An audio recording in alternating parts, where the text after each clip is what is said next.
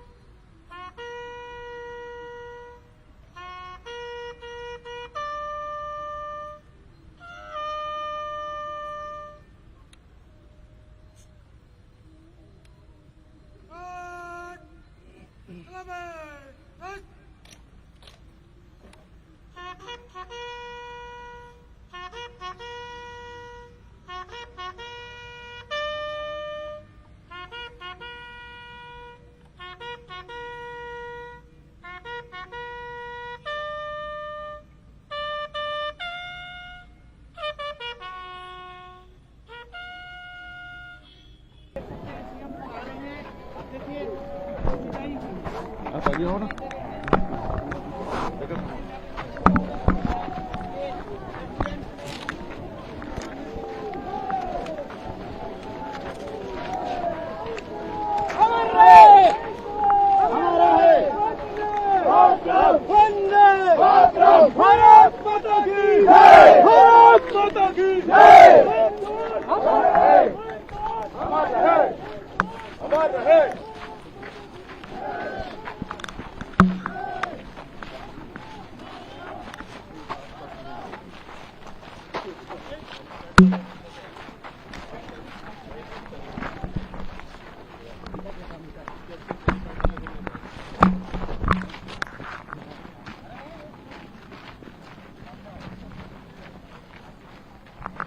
यही पड़ेगी। हाँ बहुत एक नहीं बौखलाहट में है और बौखलाहट में ये कायराना हरकत किए हैं। और कल दिनांक 6 जनवरी को हमारे डीआरजी और बस्तर फाइटर्स के 8 जवान आईडी ब्लास्ट में शहीद हो गए। मैं उन सभी अमर शहीदों को विनम्र श्रद्धांजलि अर्पित करता हूं और भगवान से प्रार्थना है कि उनके शोक संतप्त परिवार को इस शोक को सहने की संबल प्रदान करें। और एक जो वाहन चालक था सिविलियन, वो भी शहीद हुआ, उसको भी विनम्र श्रद्धांजलि अर्पित करते हैं। उसके भी शोक संतप्त परिवार को भगवान इस शोक को सहने की शक्ति प्रदान करें। और हमारे जवानों का ये शहादत बेकार नहीं जाएगा। उन्होंने देश के लिए और छत्तीसगढ़ में शांति व्यवस्था बहाल करने के लिए अपनी आहुति दी है और निश्चित रूप से हम लोग यहाँ छत्तीसगढ़ में शांति व्यवस्था कायम करने में कामयाब होंगे। बीजापुर से जॉइंट पार्टी ऑपरेशन से लौट रहे जवानों पर नक्सलियों ने हमला किया था। इस हमले में डीआरजी के 8 जवान समेत ड्राइवर शहीद हो गए थे। नक्सली हमले में 8 डीआरजी जवानों के शहीद होने पर डिप्टी सीएम अरुण साव ने कहा कि उनका बलिदान व्यर्थ नहीं जाएगा। बस्तर को नक्सल मुक्त बनाने का हमारा संकल्प आज और दृढ़ हो गया है। डिप्टी सीएम अरुण साव ने मंगलवार को कांग्रेस पर हमला करते हुए कहा कि छत्तीसगढ़ में कांग्रेस पार्टी की सरकार थी तो किस प्रकार से नक्सलवाद को इन्होंने बढ़ावा दिया, पाला पोसा, लेकिन आज जब हमारे जवान नक्सलवाद के खिलाफ लड़ रहे हैं तो इससे कांग्रेस के नेताओं के पेट में दर्द क्यों हो रहा है। आज छत्तीसगढ़ की जनता जानना चाहती है कि नक्सलियों से कांग्रेस का क्या संबंध है, क्या सोच है, क्या बस्तर इसी तरह से नक्सलियों के हाथ में रहेगा, क्या हिंसा की आग में बस्तर को झोंकर रखेंगे। हमारे जवान और सरकार एक रणनीति के तहत काम कर रहे हैं। इस कायरतापूर्ण हमले की कीमत नक्सलियों को भी चुकानी पड़ेगी। शहीद हुए हैं, अपनी बलिदानी दी है, वो बिल्कुल भी जाया नहीं जाएगा।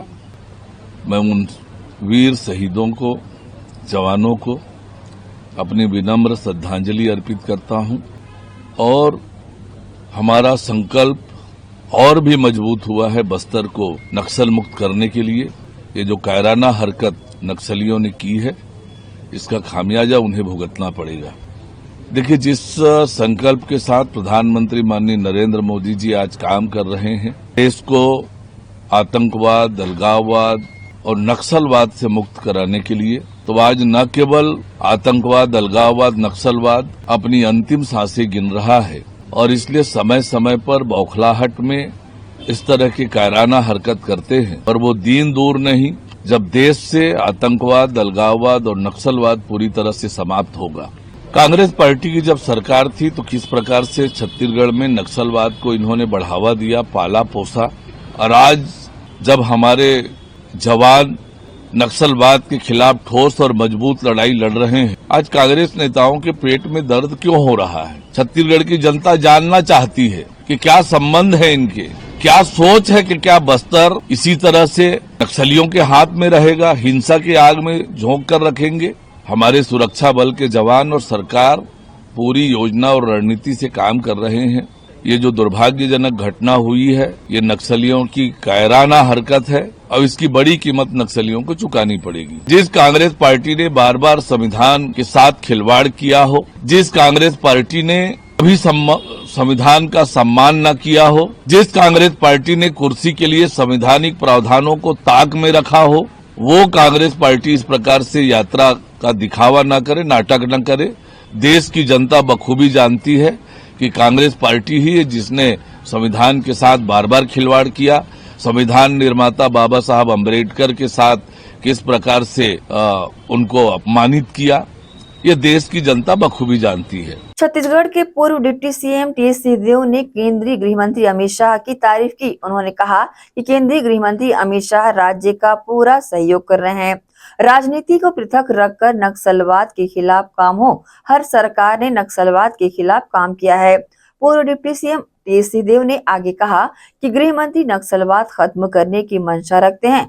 नक्सलवाद खत्म करने के लिए जो टाइमलाइन रखा गया है, उसके चक्कर में निर्दोष लोग नहीं मारे जाने चाहिए। आम लोगों के तरफ से शिकायत न आए कि आम लोग मारे गए हैं। नक्सलवाद के खिलाफ कार्रवाई से हम सबको संतुष्टि होगी। राजनीति को पृथक करके देश के गृह मंत्री हैं, वो भी राज्य का सहयोग करते हैं क्योंकि विषय राज्य का है।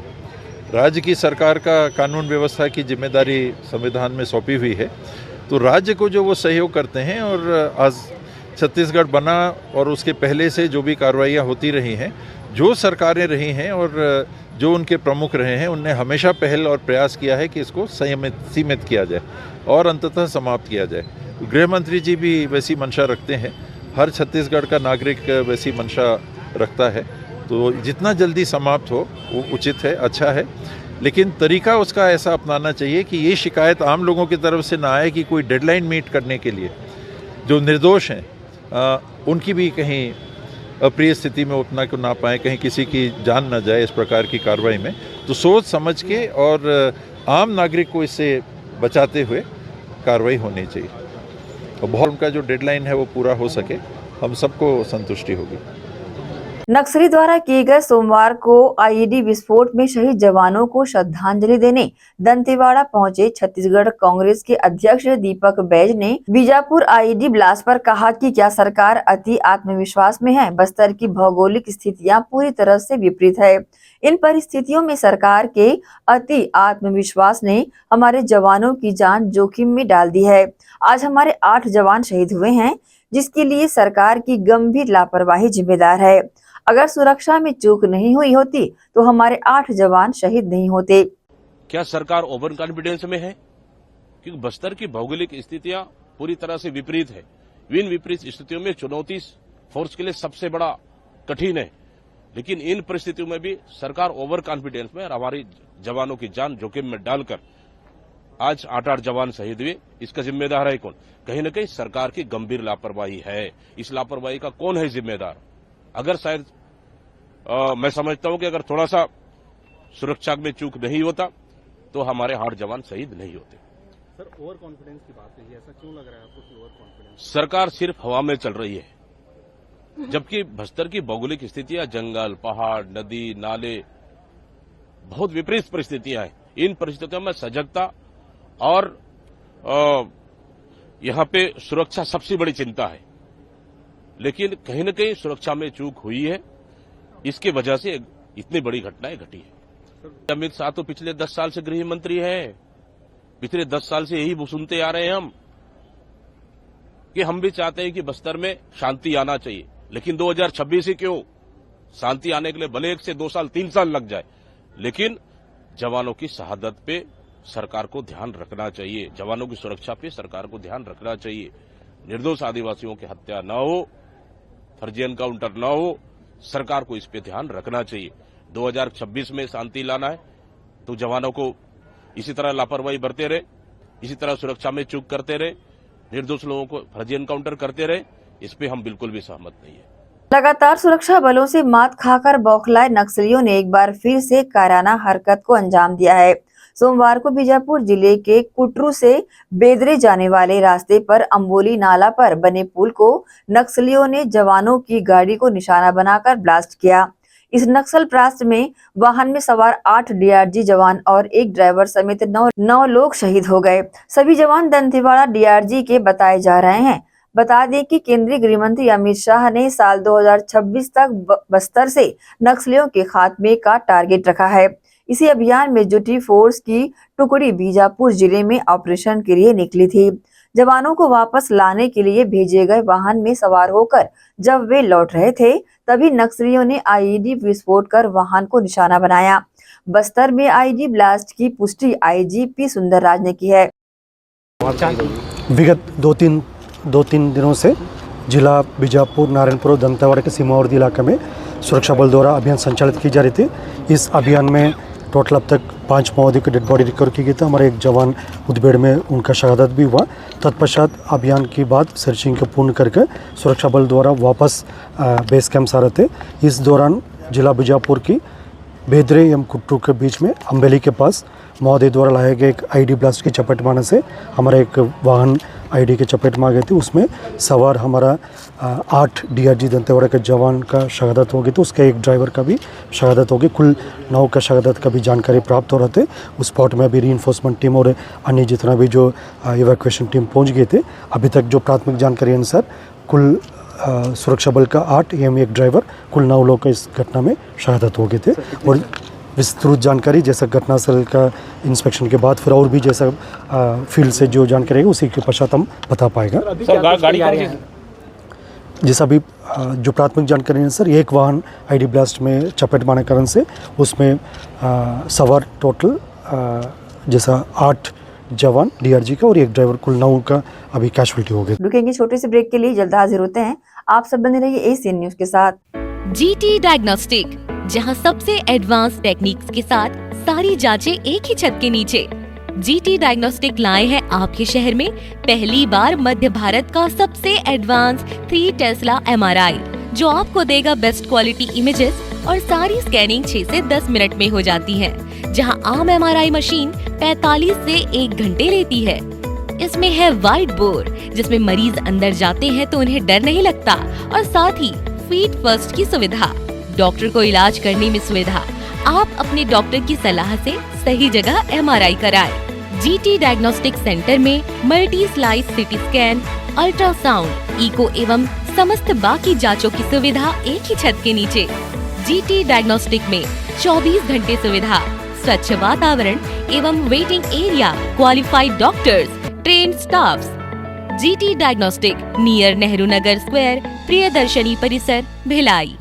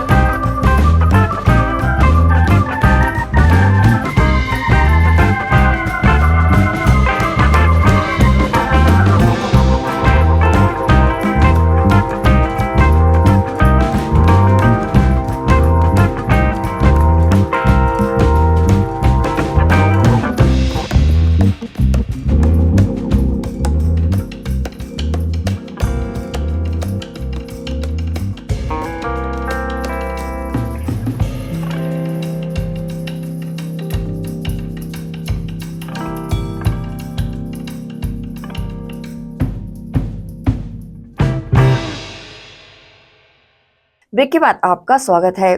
सोमवार को बीजापुर जिले के कुटरू से बिदरे जाने वाले रास्ते पर अंबोली नाला पर बने पुल को नक्सलियों ने जवानों की गाड़ी को निशाना बनाकर ब्लास्ट किया, जिसमें 9 जवानों सहित ड्राइवर शहीद हो गए।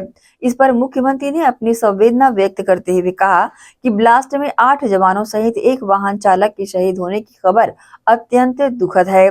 मेरी संवेदनाएं शहीदों के परिजनों के साथ है। ईश्वर से शहीद जवानों की आत्मा की शांति और शोकाकुल परिजनों को संबल प्रदान करने की प्रार्थना करता हूं।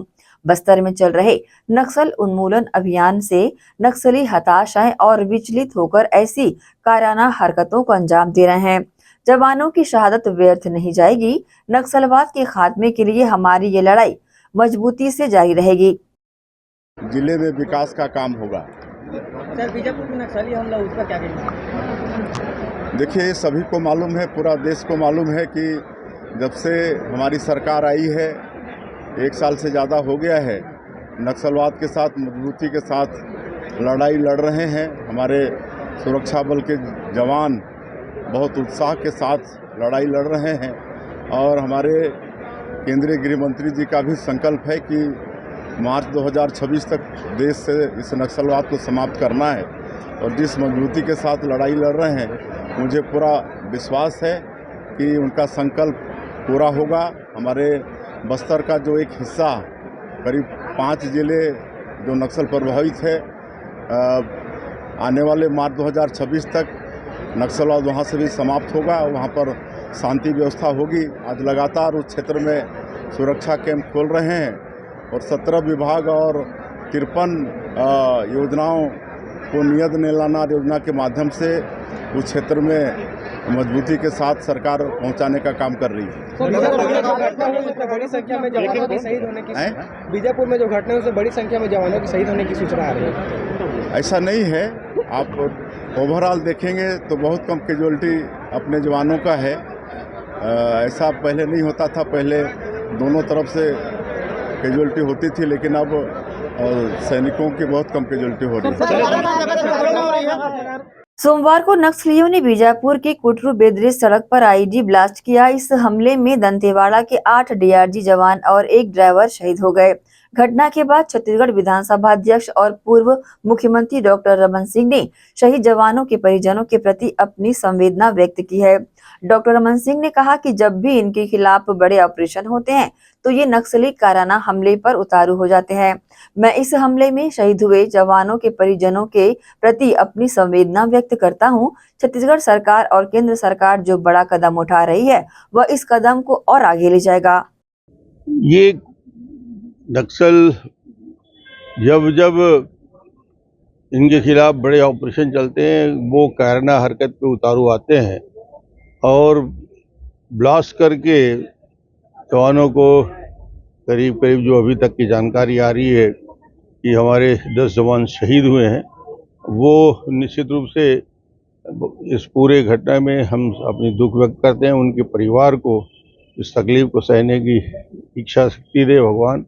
और नक्सलवाद के खिलाफ जो गंभीर कदम सरकार उठा रही है, छत्तीसगढ़ सरकार, गृह मंत्री विजय जी और केंद्रीय गृह मंत्री अमित शाह जी और दोनों सरकारें, तो इस कदम को और आगे बढ़ाएंगे। इससे इस घटना कायरतापूर्ण घटना से सरकार डरने वाली या झुकने वाली नहीं है।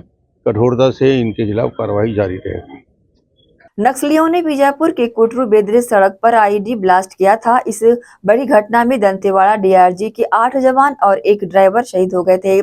उप मुख्यमंत्री अरुण साव ने सोमवार को बीजापुर जिले में हुए नक्सली हमले की कड़ी निंदा की है। डिप्टी सीएम साव ने इस हमले को नक्सलियों की हताशा और निराशा से प्रेरित कायराना पूर्व कार्रवाई बताया और आश्वासन दिया कि जवानों का बलिदान व्यर्थ नहीं जाएगा। साव ने पत्रकारों से बात करते हुए कहा कि नक्सलियों द्वारा बीजापुर से कायराना हमले की सूचना मिली है।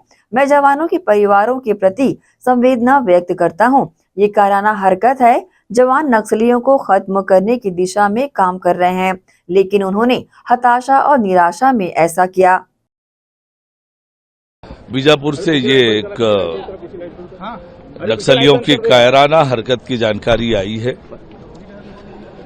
सभी नौजवानों के प्रति मैं अपनी विनम्र श्रद्धांजलि अर्पित करता हूं। ये नक्सलियों की कायराना हरकत है।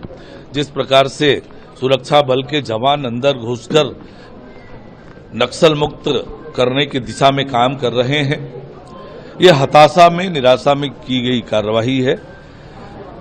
इन जवानों की शहादत जाया नहीं जाएगी और बहुत जल्दी छत्तीसगढ़ बस्तर नक्सल मुक्त होगा। जैसे मैंने कहा कि ये एक नक्सलियों का कायराना हरकत है। जवानों की शहादत बिल्कुल जाया नहीं जाएगी और सुरक्षा बल के जवान उसी मजबूती से बस्तर को नक्सल मुक्त करने की दिशा में आगे बढ़ेंगे। बीजापुर में हुए नक्सली हमले को लेकर छत्तीसगढ़ प्रदेश कांग्रेस कमेटी के अध्यक्ष दीपक बैज ने राज्य सरकार की नीतियों पर सवाल उठाया। उनका कहना है कि राज्य सरकार अति आत्मविश्वास में नजर आ रही है, जिसके कारण सुरक्षा और योजनाओं में लापरवाही हो रही है। दीपक बैज ने कहा कि सरकार की नक्सल विरोधी नीति स्पष्ट नहीं है। इस मुद्दे पर अधिक सावधानी और रणनीतिक योजना की आवश्यकता है। उन्होंने बीजापुर में सुरक्षा चूक की ओर इशारा करते हुए कहा कि इस घटना की गंभीर जांच कराई जानी चाहिए ताकि भविष्य में ऐसी घटनाओं को रोका जा सके। आज बीजापुर में हुई नक्सल घटना में शहीद हुए जवानों को विनम्र श्रद्धांजलि और साथ ही घायल जवानों के स्वास्थ्य लाभ की कामना करते हैं। साथ ही शहीद परिवारों को दुख सहने की ईश्वर उनको शक्ति दे। और जिस तरह से नक्सल घटना घटी है, निश्चित रूप से बड़ा दुखद खबर है, लेकिन कहीं न कहीं सरकार की नक्सल नीति स्पष्ट नहीं है और साथ ही कहीं न कहीं सरकार की विफलताओं की वजह से ये घटना घटी है, क्योंकि कहीं न कहीं बड़ी चूक हुई है और कहाँ चूक हुई है ये एक जांच का विषय है। क्योंकि सरकार जिस मोर्चे पर काम कर रही है, मुझे लगता है कि बड़ा बहुत ही ओवर कॉन्फिडेंस में है, जबकि बस्तर की परिस्थितियां उतनी अनुकूल नहीं है। भौगोलिक दृष्टि से कठिन परिस्थितियां हैं। इन परिस्थितियों में बहुत ही सावधानी और प्लानिंग की आवश्यकता है। कहीं न कहीं सरकार उसमें विफल साबित हुई है। दुर्ग नगर निगम परिषद का कार्यकाल समाप्त होते ही दुर्ग कलेक्टर ऋचा प्रकाश चौधरी ने नगर निगम के प्रशासक के तौर पर पदभार ग्रहण किया। इस दौरान पूर्व महापौर धीरज बाकलीवाल ने उनका स्वागत किया। नगर निगम परिषद का कार्यकाल लगभग खत्म हो गया है। सोमवार से ही नगर निगम के कामकाज का जिम्मा बतौर प्रशासक यानी कलेक्टर सुश्री ऋचा प्रकाश चौधरी के पास रहेगा। अब तक के दुर्ग निगम के इतिहास में यह दूसरी दफा होगा जब नगर निगम का कामकाज प्रशासक के हवाले किया गया हो।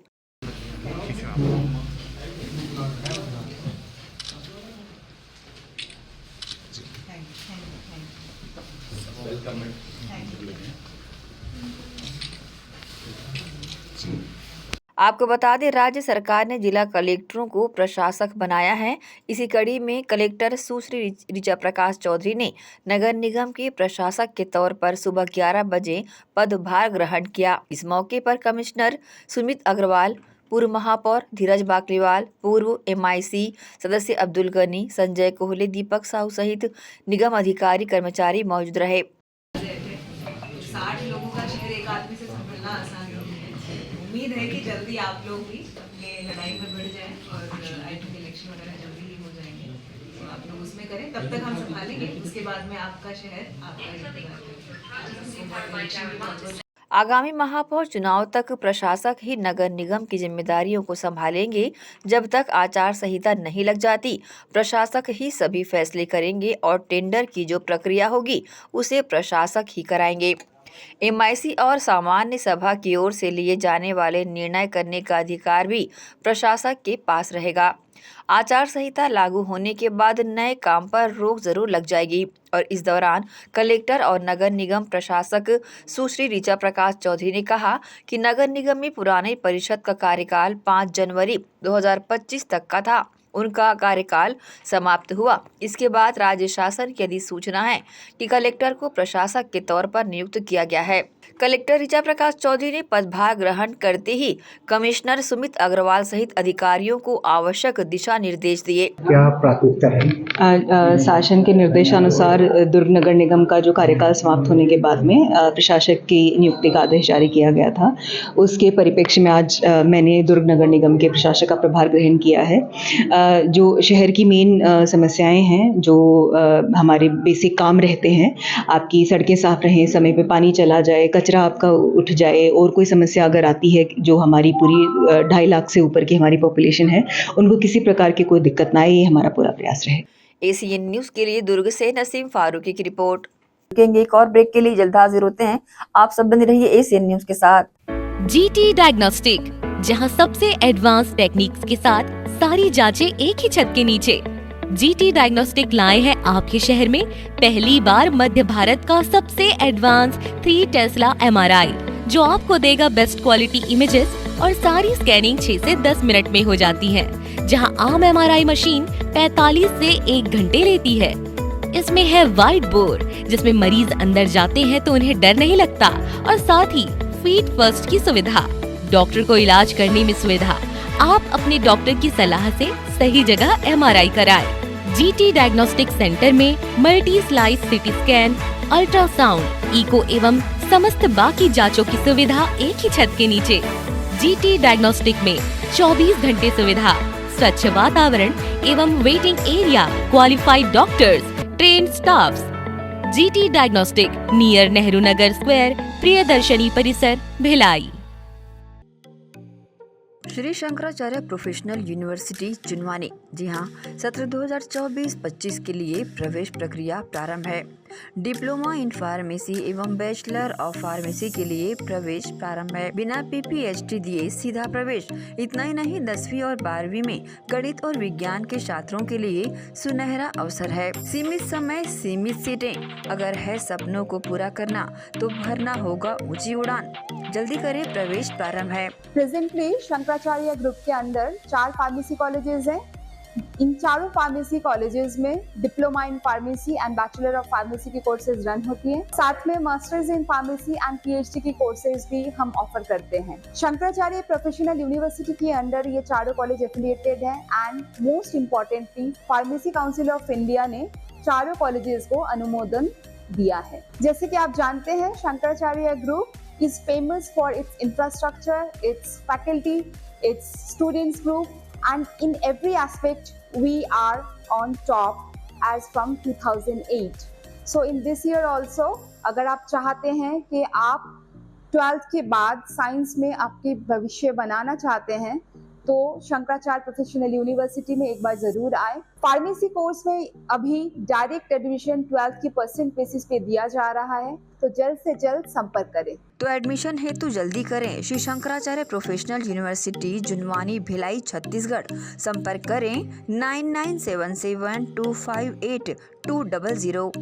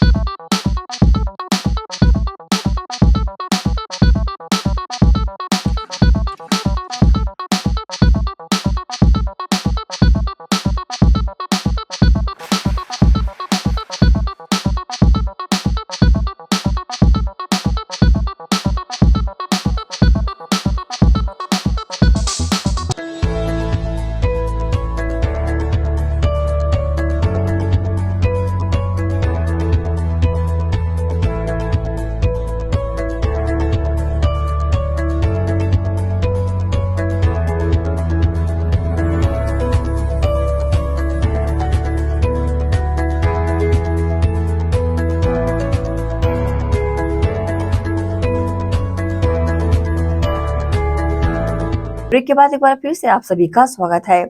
दुर्ग पुलिस अधीक्षक के निर्देश पर स्थानीय थाना प्रभारियों ने अपनी टीम के साथ वाहन पार्किंग में खड़े वाहनों को तलाशी के साथ जानकारियां ली। इस दौरान दुर्ग सिटी कोतवाली और पद्मनापुर थाना प्रभारी मौजूद रहे। दुर्ग पुलिस अधीक्षक जितेंद्र शुक्ला के मार्गदर्शन में दुर्ग सिटी कोतवाली थाना और पद्मनापुर थाना प्रभारी की मौजूदगी में लावारिस और संदिग्ध वाहनों की सघन जांच पड़ताल की गई। इस दौरान दुर्ग जिला अस्पताल और नए बस स्टैंड के वाहन पार्किंग स्थल का निरीक्षण किया गया और संदिग्ध वाहनों की जांच की गई।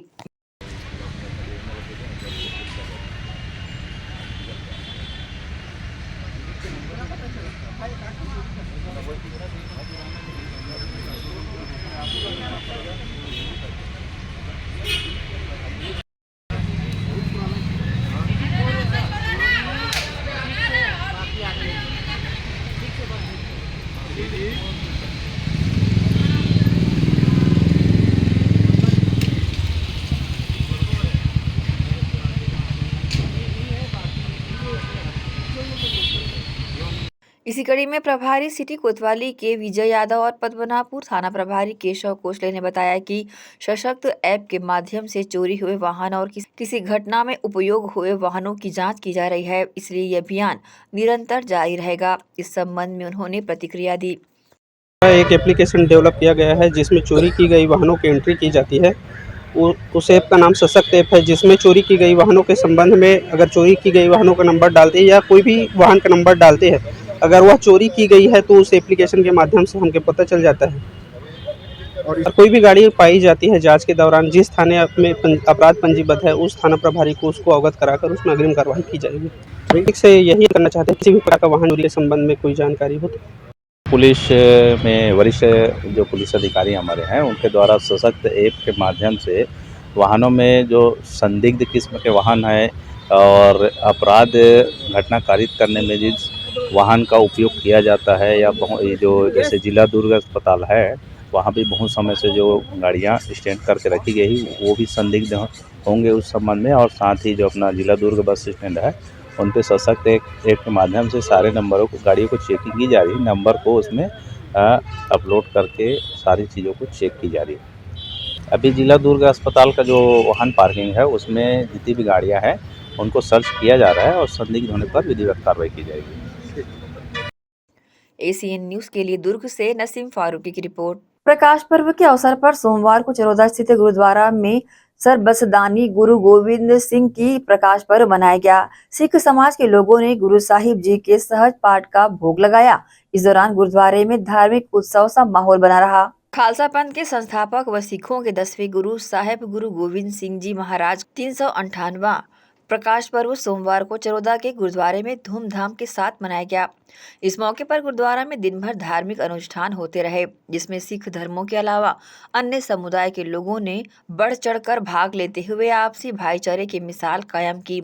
इस मौके पर गुरुद्वारा के मुख्य ग्रंथी ज्ञानी जी की अगुवाई में शबद कीर्तन, अखंड पाठ सहित विशेष पूजा अर्चना की गई। साथ ही गुरुद्वारा स्थित दीवान को भव्य तरीके से सजाया गया। 10वें गुरु गोविंद सिंह जी महाराज जिनका आज ही जन्म दिवस है, चरोदा की संगत बहुत ही धूमधाम से पूरे देश में और यहाँ चरोदा के भी सिख समाज में उत्साह के साथ मनाया गया है। गुरु गोविंद सिंह जी महाराज ने जुर्म के खिलाफ एक बहुत बड़ा युद्ध लड़ा और अपने पूरे परिवार का बलिदान दिया। ऐसे गुरु को नमन करते हुए उनके जन्म दिहाड़ा बड़ा ही उत्साहपूर्वक यहाँ के सभी सिख समाज और अन्य भी धर्मावलंबियों ने मिलकर के मनाया गया है, जिसकी चरोदा सिख कमेटी सभी को बहुत बहुत हार्दिक बधाई दी। तो आज बहुत उत्साह के साथ सिख कौम पूरी दुनिया सिख पंथ धन गुरु गोविंद सिंह महाराज जी का प्रकाश दिहाड़ा मना रहे हैं, जो कि संसार में एक ऐसा महाबली योद्धा आए जो कि गुरु गोविंद सिंह वर्गा कोई संसार में कोई योद्धा और बली नहीं है। जब पटना साहिब में गुरु गोविंद सिंह महाराज जी का अवतार होया तो उस टाइम में भूखन शाह आए एक पंजाब से चल के, उनकी परीक्षा ले कि ये किसके साथ में रहेंगे, हिंदुओं के साथ में रहेंगे कि मुसलमान के साथ रहेंगे। वो दो चीज़ें लेके आए गुजिया, तो महाराज को परीक्षा ले कि देखते हिंदुओं का साथ देंगे कि मुसलमान का साथ देंगे। तो गुरु गोविंद सिंह के पास ले गए तो दोनों हाथ पर रखे गुजिया।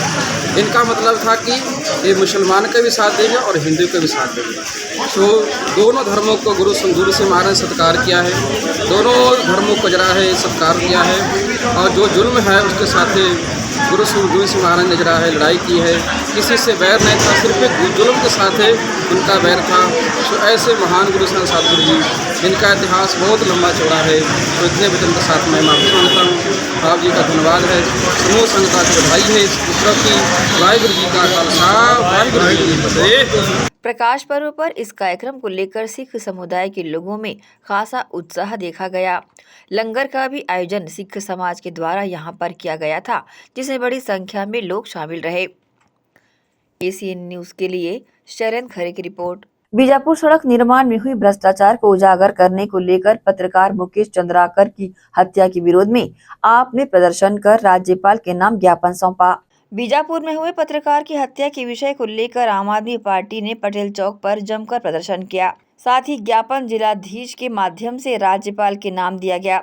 इस दौरान डॉक्टर एस अग्रवाल ने कहा, हमारा राज्यपाल महोदय के ऊपर सवाल करने का कोई मकसद नहीं, लेकिन जनता के मन में ये सवाल है कि इस प्रकार की घटनाओं पर राज्यपाल महोदय के द्वारा नारा भारत माता की जय, भारत माता की जय, भ्रष्टाचार का एक ही काल, केजरीवाल केजरीवाल, भ्रष्टाचार का एक ही काल, केजरीवाल केजरीवाल, भ्रष्टाचार। गैर भाजपा शासित सरकारों को पत्र लिखे जाते हैं, सवाल किए जाते हैं, सरकार बर्खास्त करने की स्थिति भी निर्मित हो जाती है, लेकिन ये सब भाजपा शासित राज्यों में नहीं दिखता। सरकार अभी फोटो खिंचवाने में व्यस्त है और पूरा मौन धारण किया हुआ है। ये सरकार बीजेपी और कांग्रेस, हम शुरू से कहते आ रहे हैं, दोनों भाई भाई हैं और दोनों मिलके मलाई खाते हैं। जिस प्रकार से हमने लगातार दुर्ग में भी घोटाला उजागर किया, लेकिन कभी कोई कार्यवाही नहीं हुई। हमारे पास इनडायरेक्टली ऑफर आते थे कि आप लोग क्यों घोटाला कर रहे हो, आप लोग भी मलाई खा लो, लेकिन हम लोग मलाई खाने वालों में नहीं है। हम लगातार भ्रष्टाचार को उजागर करते जाएंगे और कभी न कभी इसमें परिणाम हमको मिलेगा। हम इसी आश्वस्त हैं, बिल्कुल आगे हमको परिणाम मिलेगा। सोचो कि भ्रष्टाचार की जड़ें कितनी मजबूत हैं और एक पत्रकार अगर उसका खुलासा करता है तो उसकी हत्या हो जाती है। इसी के विरोध में हम लोग यहाँ पे हैं। और एक और निर्माण को लेकर के एक पत्रकार मुकेश चंद्राकर जी के द्वारा खुलासा किया गया, उसके बाद ठेकेदारों ने उनकी हत्या कर दी। हत्या करके उनके बॉडी को अपने सेप्टिक टैंक में दबा दिया। जब छत्तीसगढ़ राज्य में एक पत्रकार सुरक्षित नहीं है तो जनता किस स्थिति में होगी, आप इसका अंदाजा लगाएं। एसीएन न्यूज़ के लिए नसीम फारूकी की रिपोर्ट। इस तरह से पूरे देश भर में बीजापुर के युवा पत्रकार की निर्मम हत्या पर आक्रोश जताया जा रहा है। वह दुर्ग प्रेस क्लब ने भी अपना मोर्चा खोलते हुए पीड़ित परिवार को न्याय दिए जाने की मांग की है। बीजापुर के युवा पत्रकार मुकेश चंद्राकर के निर्मम हत्या के खिलाफ दुर्ग प्रेस क्लब के पदाधिकारियों और सदस्यों ने अपनी नाराजगी जाहिर की। इस दौरान बड़ी संख्या में पत्रकार साथी दुर्ग के पटेल चौक से पैदल मार्च निकालकर कलेक्ट्रेट पहुंचे और नारेबाजी कर अपना आक्रोश जताया। सुरक्षा कानून लागू करो, लागू करो, लागू करो। पत्रकार मुकेश चंद्राकर के हत्यारों को फांसी दो, फांसी दो, फांसी दो। पत्रकार मुकेश चंद्राकर के हत्यारों को फांसी दो, फांसी दो, फांसी दो। पत्रकार सुरक्षा कानून लागू करो, लागू करो, लागू करो। पत्रकारों पर अत्याचार बंद करो, बंद करो, बंद करो। पत्रकारों पर इस दौरान दुर्ग प्रेस क्लब के द्वारा मृतक पत्रकार मुकेश चंद्राकर के दोषियों पर सख्त कार्रवाई के साथ उसके परिवार वालों को 1 करोड़ मुआवजा दिए जाने की बात कही गई। साथ ही पत्रकार सुरक्षा अधिनियम को जल्द से जल्द लागू किए जाने की भी मांग की गई। पत्रकार सुरक्षा कानून लागू करो, लागू करो, लागू करो। पत्रकार सुरक्षा कानून लागू करो, लागू करो, लागू करो। पत्रकारों पर अत्याचार बंद करो, बंद करो। इस दौरान दुर्ग प्रेस क्लब के पदाधिकारियों ने दुर्ग कलेक्टर ऋचा प्रकाश चौधरी से मुलाकात की और ज्ञापन सौंपा। साथ ही पत्रकार अधिनियम पर जल्द कार्रवाई किए जाने की बात कही। इस दौरान प्रेस क्लब के पदाधिकारियों ने अपनी प्रतिक्रिया दी है और छत्तीसगढ़ के पत्रकारों के अथक प्रयास से पिछली सरकार ने पत्रकार सुरक्षा कानून का मसौदा तैयार किया था, लेकिन वो लागू नहीं किया गया अभी तक।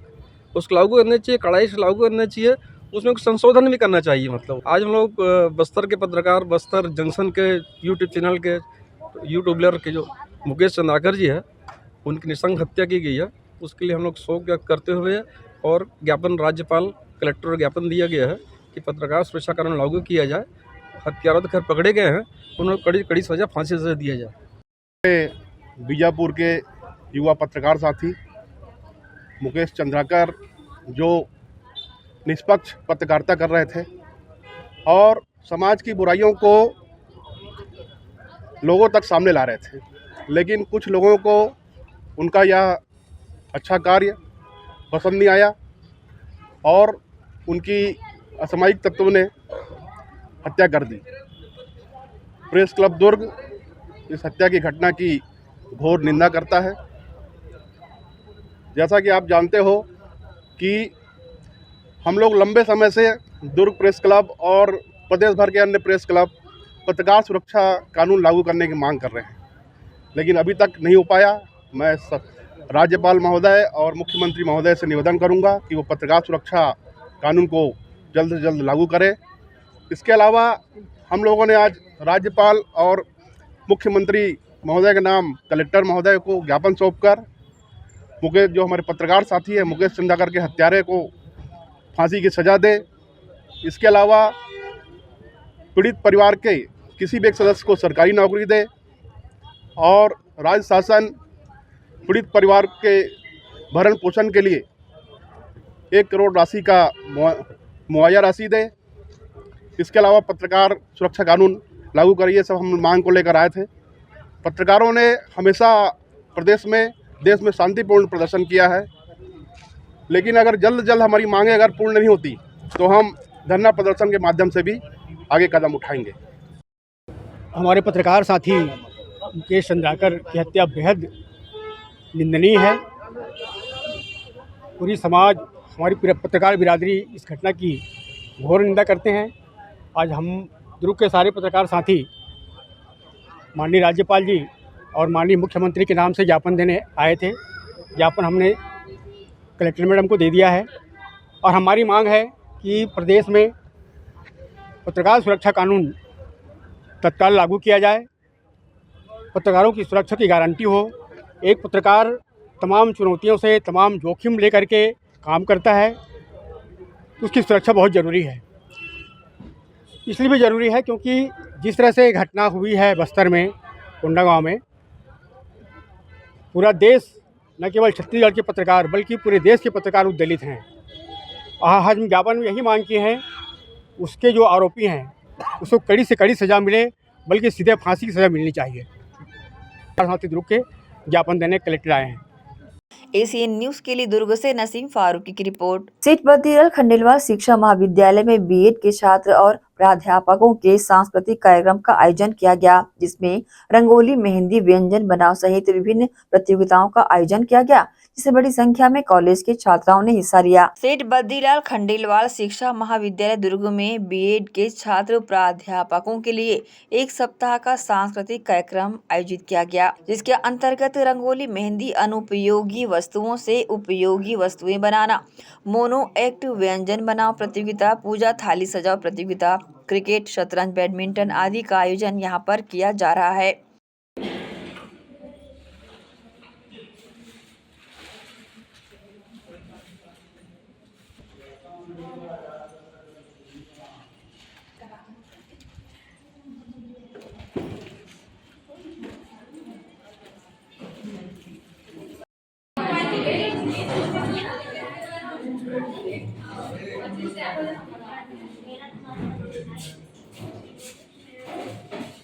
आयोजन का मुख्य उद्देश्य शिक्षक बनने का प्रशिक्षण ले रहे छात्र प्राध्यापक को व्यक्तित्व का सर्वांगीण विकास कराना है। छात्र प्राध्यापक जब शिक्षक बन जाए तो वह बहुमुखी प्रतिभा के धनी रहे, इस बात का अत्यधिक ध्यान बद्रीलाल खंडेलवाल के प्राध्यापकों के द्वारा किया जा रहा है। मेहंदी एवं रंगोली प्रतियोगिता में मुख्य निर्णायक श्रीमती अनुभा जैन एवं निधि जैन ने छात्र प्राध्यापक की प्रतिभा की अत्यधिक सराहना की और कहा कि निश्चय ही आपके महाविद्यालय के छात्र प्राध्यापक श्रेष्ठ शिक्षक के रूप में प्रशिक्षित किए जा रहे हैं। साथ ही कार्यक्रम का आयोजन अर्चना सारंगी एवं भावना दुबे के दिशा निर्देशन में किया जा रहा है। प्राचार्य डॉक्टर उमाकांत सिंह एवं समस्त स्टाफ के कार्यक्रम की सराहना की। इस संबंध में अपनी प्रतिक्रिया शामिल लोगों ने दी। हम लोगों ने सांस्कृतिक कार्यक्रम सप्ताह का आयोजन किया है। प्रतिवर्ष हम इसका आयोजन करते हैं, तो इस वर्ष भी हमने इसका आयोजन किया है। इस अवसर पर अभी आज हमने मेहंदी प्रतियोगिता और रंगोली प्रतियोगिता का आयोजन किया है। ये पूरा 1 सप्ताह तक चलेगा और प्रतिदिन अलग अलग कार्यक्रम इसमें आयोजित किए जाएंगे। सांस्कृतिक कार्यक्रम भी है ना, मेहंदी प्रतियोगिता है, व्यंजन प्रतियोगिता है, तो ये सब कार्यक्रम। आज के आयोजन में मेहंदी प्रतियोगिता में 40 प्रतिभागियों ने हिस्सा लिया है। रंगों और मेहंदी में लगभग 25 लोगों ने। एसीएन न्यूज के लिए दुर्ग से नसीम फारूकी की रिपोर्ट। इसी के साथ ही आपसे लेंगे इजाजत। आप सब बने रहिए एसीएन न्यूज के साथ। नमस्कार।